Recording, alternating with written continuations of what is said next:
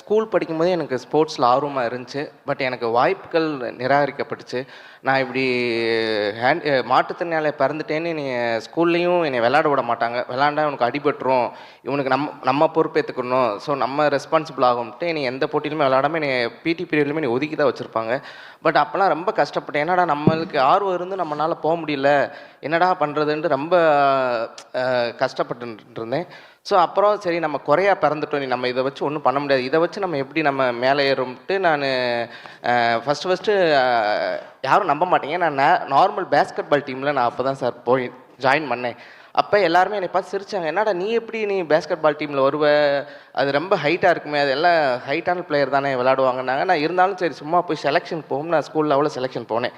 போய் நானும் மெயின் 5லேயே அப்போ ஸ்டேட்லேயே ஆடினேன் சார். ஸோ அதான் எனக்கு ஃபஸ்ட்டு எனக்கு நார்மல் ஃபுட்பால் நார்மல் ஃபுட்பாலில்.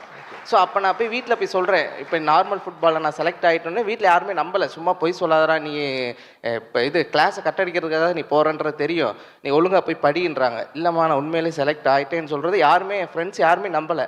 அப்புறம் ஃபஸ்ட்டு நம்ம டீமில் போய் விளாண்டோன்னே தான் எல்லாருக்குமே சரி ஏதோ பண்ணுறான்னு நம்பிக்கை வந்துச்சு.